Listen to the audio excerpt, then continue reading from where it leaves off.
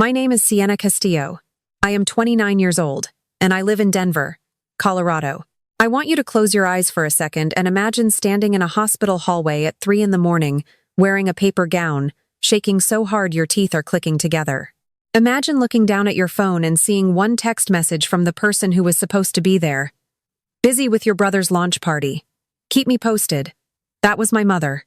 I had just been wheeled out of emergency surgery, a ruptured appendix. The doctors said another hour and it could have killed me.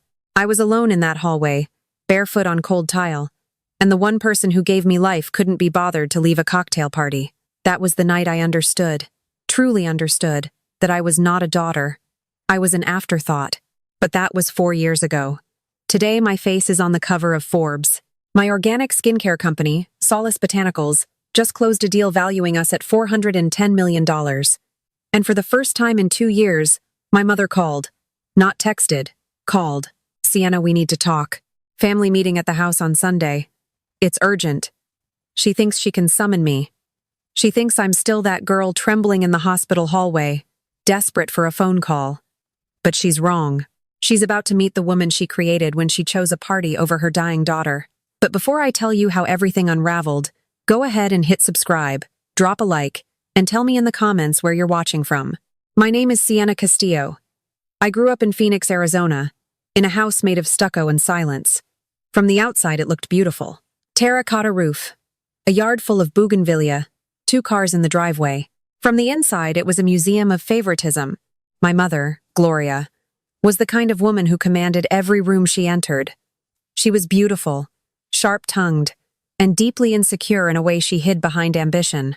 She ran a small but successful interior design firm, and she treated her children like portfolio pieces, ones she wanted to show off, and ones she didn't. Then there was my brother, Marco. He was 3 years older than me, and from the day he was born, he was the sun. My mother orbited him. She dressed him in designer clothes when we were kids. She drove him an hour each way to a private school across the city. She told anyone who would listen that Marco was going to be somebody. She said it so often it sounded like a prayer. And me, I was the shadow behind the sun. When Marco played soccer, the whole family sat in the bleachers. When I had piano recitals, Mom would drop me off and say she'd try to come back before the last song. She never did. When Marco got a B- in math, Mom hired a tutor and sat beside him every night for a month. When I brought home straight A's, she'd glance at the report card and say, "Good. Now help me set the table." My father left when I was 7. He moved to Florida with a woman named Diane, and we never heard from him again. I used to think that was the worst abandonment I would ever feel. I was wrong. At least my father had the honesty to leave. My mother stayed and pretended I didn't exist. I remember one afternoon when I was 14. It was a Saturday in June, hot enough to melt the road. I had spent 3 weeks entering an essay contest through our school. The topic was, "What home means to me." I wrote about the desert, about how the cactus survives without rain, about how some things grow in spite of being ignored. I won first place in the entire district. The ceremony was at the Civic Center downtown. I wore my best dress, the blue one with the white buttons. I stood in the lobby holding my certificate, scanning the crowd for my mother's face. She wasn't there. Marco had a pool party at a friend's house, and she was chaperoning. A pool party. The next morning I put the certificate on the kitchen counter, right next to the coffee machine, hoping she'd see it. She moved it to make room for Marco's soccer cleats. She never mentioned it. That was the first time I realized the rule of our house. Love was rationed, and I was always last in line. I spent my teenage years trying to earn what should have been free. I kept my grades perfect. I cleaned the house without being asked. I learned to cook so Mom wouldn't have to after long days at work. I thought if I made myself useful enough, essential enough, she would finally turn her eyes toward me and say, "I see you, Sienna." She never did. When I was 17, I asked her why she treated Marco differently. She was arranging flowers for a client in the kitchen. She didn't look up. "Marco needs more attention," she said. "He's sensitive. You're strong, Sienna. You've always been strong. You don't need me the way he does." I stood there holding a dish towel, feeling my heart crack down the middle. I didn't need her. I needed her desperately. I just learned to stop showing it because every time I reached for her, she pulled away. I went to college on a full scholarship. Business school. I worked 2 jobs. I didn't ask my mother for a single dollar. When I graduated summa cum laude, she came to the ceremony 40 minutes late because Marco needed a ride to a job interview. She missed my name being called. She missed the applause. When she found me afterward, she hugged me quickly and said, "Sorry, sweetie. Marco's interview was across town. You understand?" I understood perfectly. After college, I moved to Denver. I wanted mountains instead of desert. I wanted cold, clean air instead of the dry heat that reminded me of waiting. I got a job at a small cosmetics company. I worked there for 2 years, learning everything I could about formulation, supply chains, and branding. Then I quit and started Solace Botanicals in my apartment kitchen with $800 and a recipe for lavender face oil I developed myself. The first year was brutal. I made products on my stove. I poured them into jars I bought from a restaurant supply store. I designed the labels on my laptop at 2 in the morning.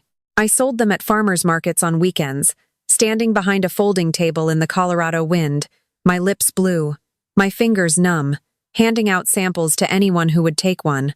Nobody in my family knew or cared. Mom would text me once a month. "How's Denver?" "Marco just got promoted." Always, Marco. I could have texted back. I just started a company, but I didn't. I knew exactly what she would say. "That's nice, sweetie. Anyway, Marco needs help with his rent this month." I poured everything into Solace. Every rejection, every lonely night, every memory of being invisible, I turned it into fuel. I reformulated the products obsessively until they were perfect. I read books on marketing, on retail, on consumer psychology. I walked into boutiques with my samples and pitched them with a smile, even when my stomach was churning with anxiety. Slowly, painfully, it started to work. A small shop in Boulder carried my line, then a spa in Aspen, then a wellness chain in California. People started talking. The reviews came in. This changed my skin. The best natural product I've ever used. The founder actually responds to every email. I did respond to every email. I treated every customer like they mattered, because I knew what it felt like when someone treated you like you didn't. By year 3, Solace Botanicals was in 200 stores. By year 4, we had an online presence that was generating 6 figures a month. I hired a team. I moved into a real office. I developed new lines, body care, hair care, a men's collection. I was working 18-hour days. I barely slept. My hands were raw from testing products. But I was alive in a way I had never been before. I was building something that was mine, something nobody could take away or overlook. During those years, I met a man named Caleb. He was a pediatric nurse. He was kind in a way that startled me because I wasn't used to kindness from people who were supposed to love me. He listened when I talked. He remembered things I said weeks later. The first time he brought me soup when I was sick, I almost cried, not because of the soup, but because nobody had ever done that for me. We got married at the courthouse with 4 friends and a bouquet of wildflowers. I didn't invite my mother. I didn't even tell her until a week later. She texted back, "Oh, congratulations. Wish you'd told us." Marco just got engaged too. Even my wedding was a footnote in Marco's story. I heard through a cousin that Marco's engagement fell apart 3 months later. The woman left him. Then his promotion turned out to be a lateral move. Then the company downsized and he was out. Mom bailed him out. She co-signed a lease on an expensive apartment he couldn't afford. She gave him money from her retirement. She bought him a car. When I heard all this, I felt a familiar ache. Not jealousy exactly, but a deep, tired sadness. She would drain herself dry for him and never even ask how I was doing. Then came the hospital. I was 25. It was a Tuesday night in November. I was at the office late, finalizing a deal with a national retailer. I felt a sharp pain in my side, like someone had stabbed me with a hot poker. I doubled over. My assistant called an ambulance. They rushed me to the ER. Ruptured appendix. Emergency surgery. The doctor told me afterward that if I had waited another hour, the infection could have gone septic. I could have died. I was lying in the recovery room, groggy and terrified, and I called my mother. It rang 4 times. She picked up. I could hear music and laughter in the background. "Mom," I said, my voice cracked and small. "I'm in the hospital. I just had emergency surgery." There was a pause. "Oh no, honey. Are you okay?" "What happened?" I told her. I waited for her to say she was coming. Instead, she said, "Oh, Sienna, That sounds awful. I'm at Marco's launch party right now. He's starting a new consulting business. I can't really leave, but keep me posted, okay? Love you." She hung up. I lay there in that hospital bed staring at the ceiling, the IV dripping into my arm, and I felt something inside me finally break. Not crack, not bend, break. Clean and permanent, like a bone that would heal stronger but never the same.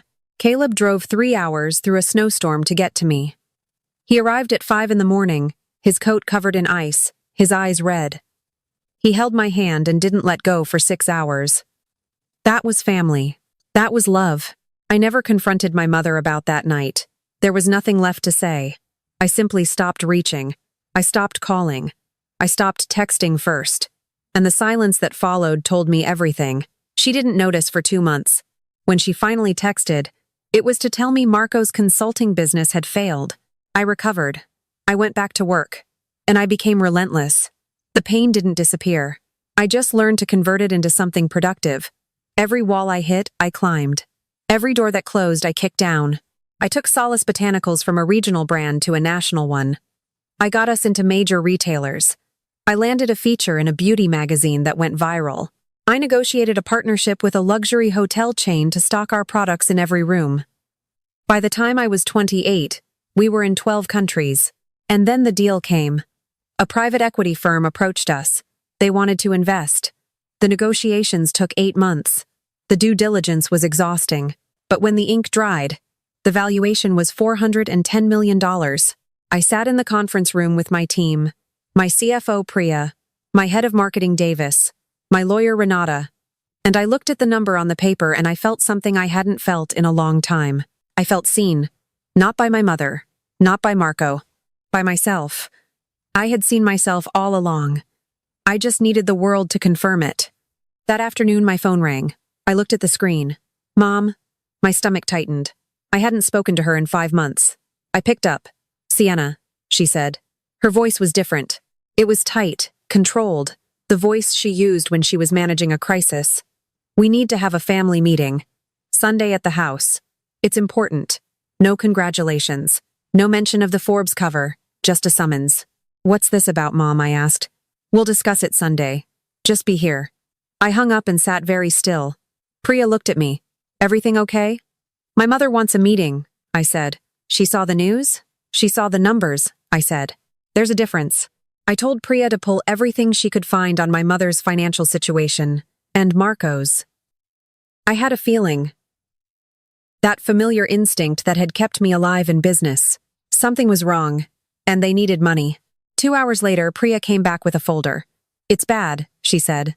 Mom's design firm had been losing clients for 2 years. She had taken out a second mortgage on the house to fund Marco's failed consulting business. Marco had racked up $160,000 in credit card debt, mostly from a lifestyle he couldn't afford.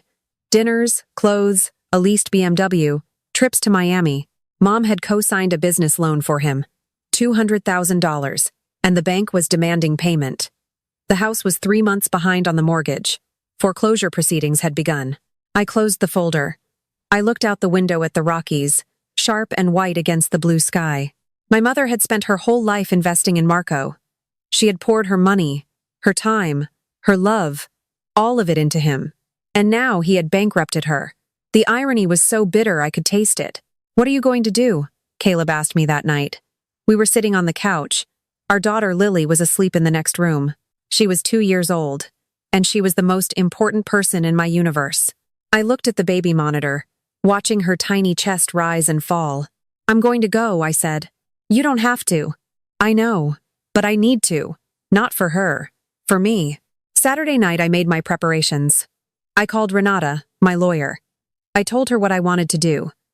She was quiet for a long time. Sienna, are you sure? Get it done, I said. I want the paperwork ready by Sunday morning. I wanted to buy my mother's mortgage. I wanted to purchase Marco's business loan from the bank. I didn't want to hand them a check. I wanted to hold the paper. I wanted to sit across from the woman who chose a party over her dying daughter and show her, calmly and clearly, that the child she overlooked was the only one who could save her. Renata worked through the night. By Sunday morning at 10, it was done. The bank was thrilled to offload the distressed debt. They got clean money and avoided a messy foreclosure. I got the mortgage, the loan, and every lien attached to my mother's name. I was now her creditor. I dressed carefully that morning. Black slacks, a cream silk blouse, simple gold earrings. I kissed Lily on the forehead. I kissed Caleb. "Come home to us," he said. "Always," I said. I drove 3 hours south to Phoenix. The desert hadn't changed. The bougainvillea was still blooming. The stucco house still looked beautiful from the outside. I parked in the driveway and sat for a moment. The last time I was here, I was 23. I had come for Thanksgiving and spent the entire meal listening to Mom talk about Marco's new apartment. I picked up the thin leather folder from the passenger seat. I walked to the front door. Before I could knock, it opened. My mother stood there. She looked older than I remembered. Her hair was grayer. Her face was thinner. She was wearing lipstick, which meant she was trying to look like everything was fine. "Sienna," she said. She hugged me stiffly. "You look thin. Are you eating?" "I'm fine, Mom." I walked inside. The house smelled the same. Coffee and cinnamon candles. Marco was sitting on the couch in the living room. He had gained weight. He was wearing an expensive watch that I was certain he couldn't afford. He didn't stand up when I walked in. "There she is," he said. "Miss Forbes' cover." "Hello, Marco." "Must be nice," he said, scrolling his phone. 400 million.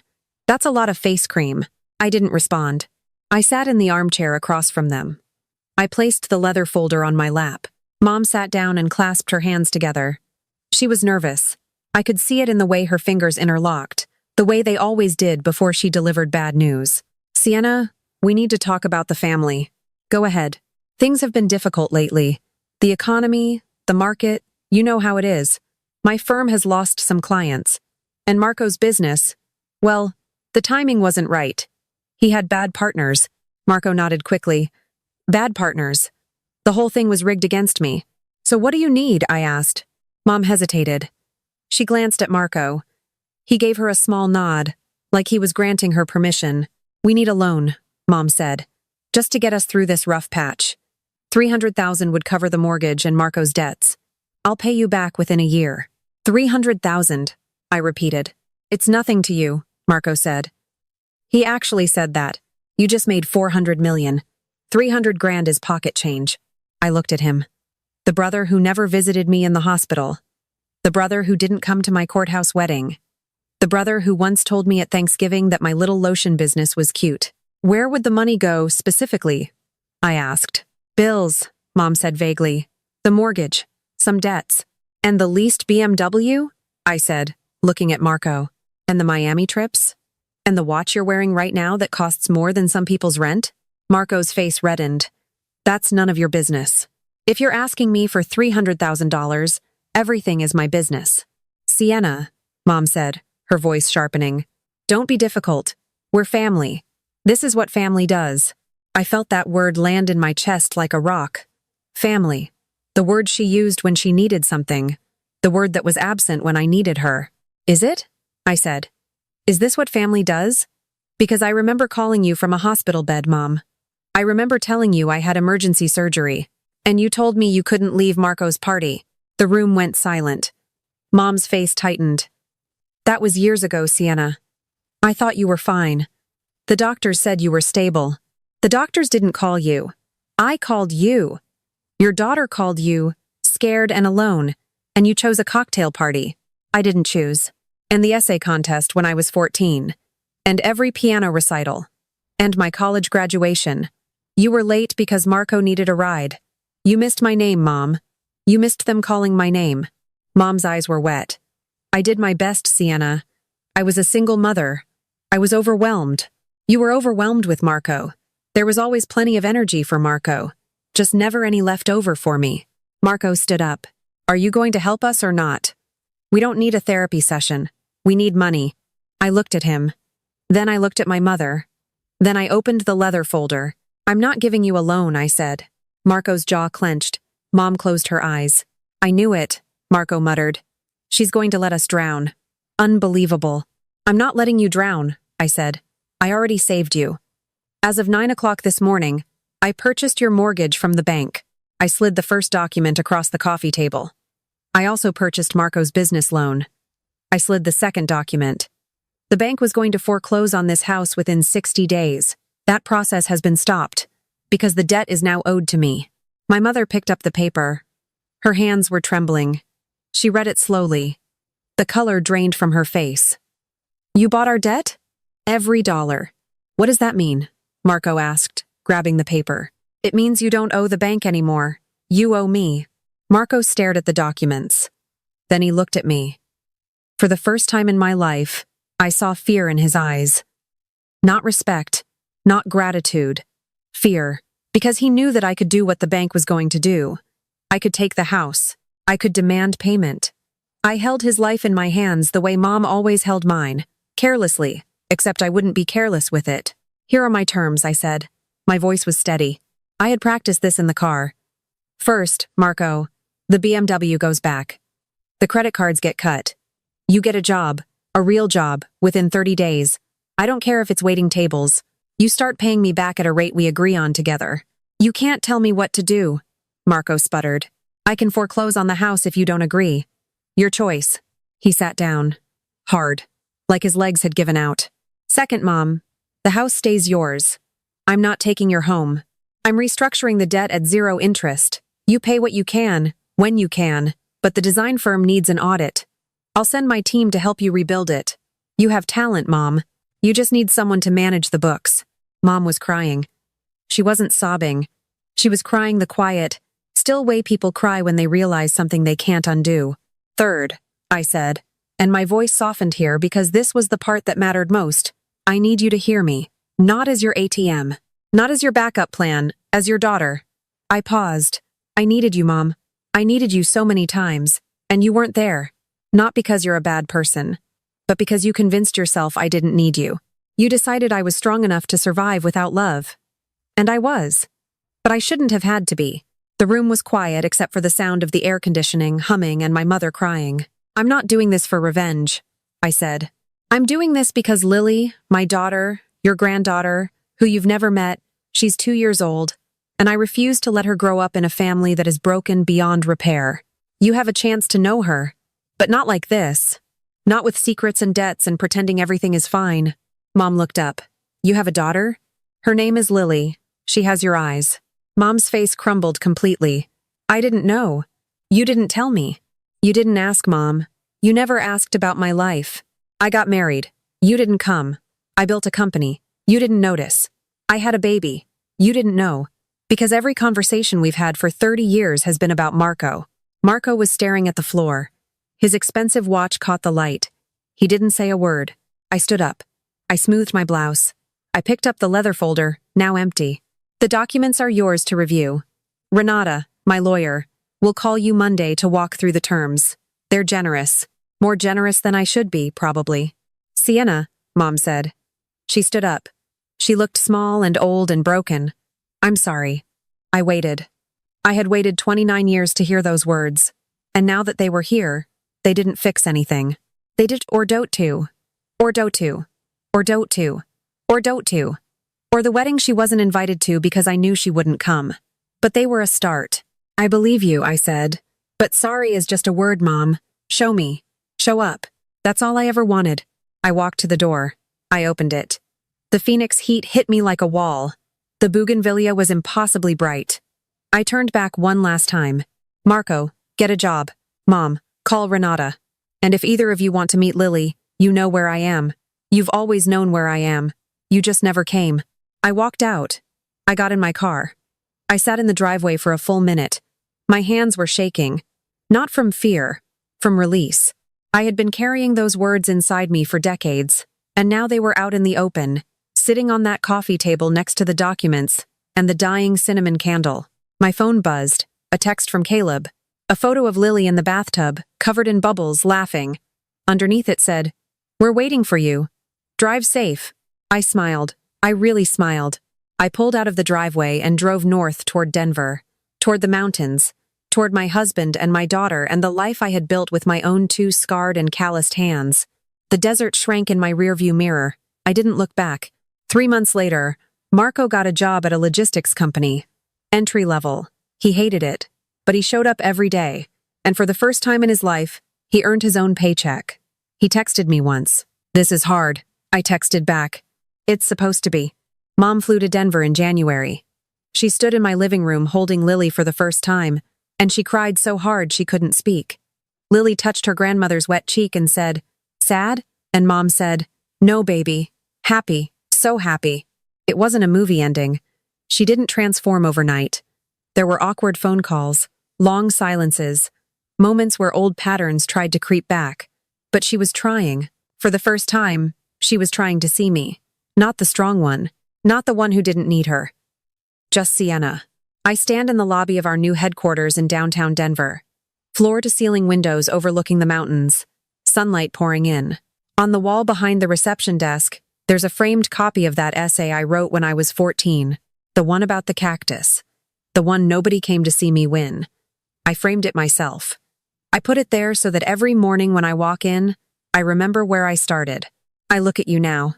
Whoever you are, wherever you're watching from, I want to tell you something I wish someone had told me when I was 14 years old, standing alone in that auditorium holding a certificate nobody cared about. You are not invisible. You are not an afterthought. If the people who are supposed to love you make you feel small, that is their failure, not yours. You do not have to earn love. Love isn't a reward for being useful. It isn't a prize for being perfect. It's supposed to be there on the hard days, not just the profitable ones. Stop waiting for them to see you. Start seeing yourself. Take that pain, that loneliness, that burning feeling in your chest that says, "Why not me?" and turn it into something they can't ignore. Not for revenge, not to prove them wrong, for you. Because you deserve to know what it feels like to stand on something you built and say, "I did this." Family isn't blood. Family is behavior. Family is the person who drives through a snowstorm to hold your hand. Family is the 2-year-old who touches your cheek and asks if you're sad. Family is showing up, again and again and again. Build your own table. Fill it with people who actually want to sit there. If this story spoke to you, if you've ever been the invisible one, the overlooked one, the one who was told you were strong enough to survive without love, please hit that like button, subscribe to the channel, and tell me your story in the comments. I want to hear it. Every single one. I'm Sienna, and I'll see you in the next one.